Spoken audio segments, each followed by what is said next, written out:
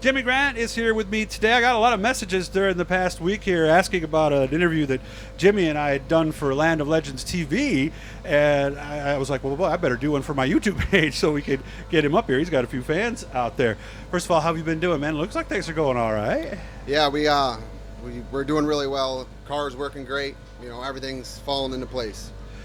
Remember, guys, like and subscribe, share this stuff. We need subscribers. That's the big thing. You're going to do that right when you get home tonight, right, Jimmy? Oh, 100%. 100%. There we go. I think I already have. I don't know. Are you already on there? Okay, so, maybe. Yeah. Well, that's good. Well, thank Yeah. you. We appreciate that. Yeah. Obviously, we're here at Outlaw tonight. I've seen you at Canandaigua.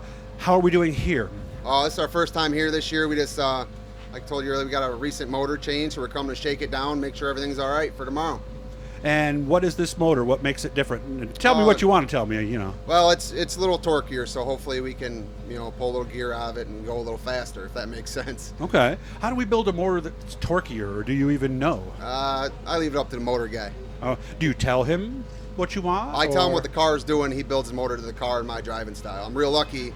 My best friend's my motor builder, so it works out real good for me. Does he come to the racetrack with you, too? Oh, he's standing right out there today. It's Jeff Hand from Hand's Performance and Powder Coating. He builds all my motors. What an advantage that must be, because he could actually watch and be right there, because you know how it is. The stuff you tell him on Tuesday might be different than what you tell him as soon as you shut the car off, right? Yeah, yep. Well, he comes in, I come in and we go through, RPM range, and then we try to gauge the motor from there and what it needs.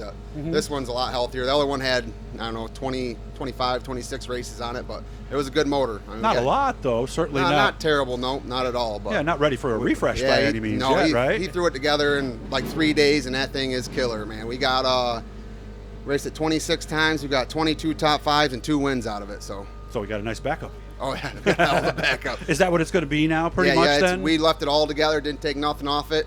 Everything on this motor's brand Pulleys new. and everything are still there? Intake, carb, everything, huh? Well, carburetor's the only thing we took off the motor. Carburetor and exhaust. Yep. So you could drop it in a couple hours if you needed to. Oh, yeah, we took this motor off the motor stand last night at about 3:30, pulled this out of this car, took that off the motor stand, and that was running by 8 o'clock. Wow. So.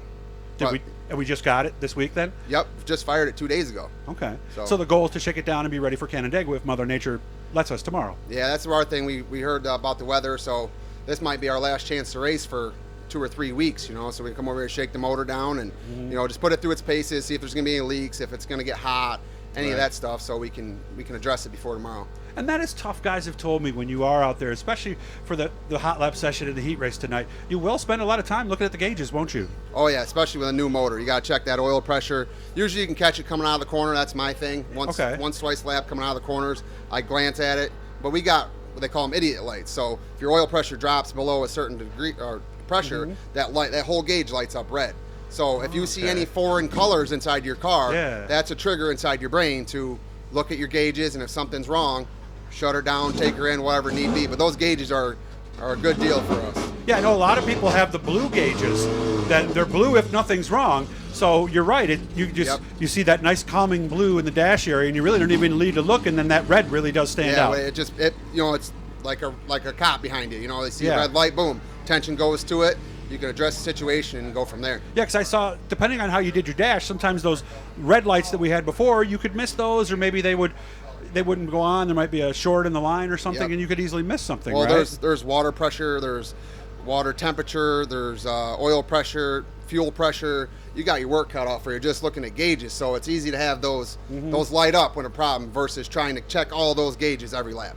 And water pressure, that's something guys have only really started doing in the last few years, right? Yes. Well, you dump all your water out, it leaves your motor, your gauge won't read because it's in there. So as soon as you lose water pressure, you have a problem. That's time to shut it off, take it in the pits, do what you got to do. Yeah, because if it would push all the water out, your temperature gauge might still be telling you 180. Yes, because there's no water running over it. So it's just going off ambient temperature inside the motor. Yeah, and meanwhile, you got a problem. You're burning pistons or something, right? So how many guys are doing that now? I don't know. Well, probably just. I know it's not just us, but I know. Okay. But I also know it's not a lot of folks either. So, all right. So keep your eyes on the gauges, I guess. We'll hopefully have a good night with the new motor and learn something and be ready to get back to victory lane here soon. Oh yeah, guys, pay attention to all the sponsors on the car. I couldn't do it without them, and especially all my crew. Thank you. Hey, wish you all the best, man. Again, the blue E down there in the corner, click on that. It'll let you subscribe that way. There's also a red subscribe, depending on how you're looking at what device you're using. But we need subscribers, and we'll be doing a lot of cool stuff. Jimmy, good to see you, man. You have fun, okay? All right, guys. Thanks.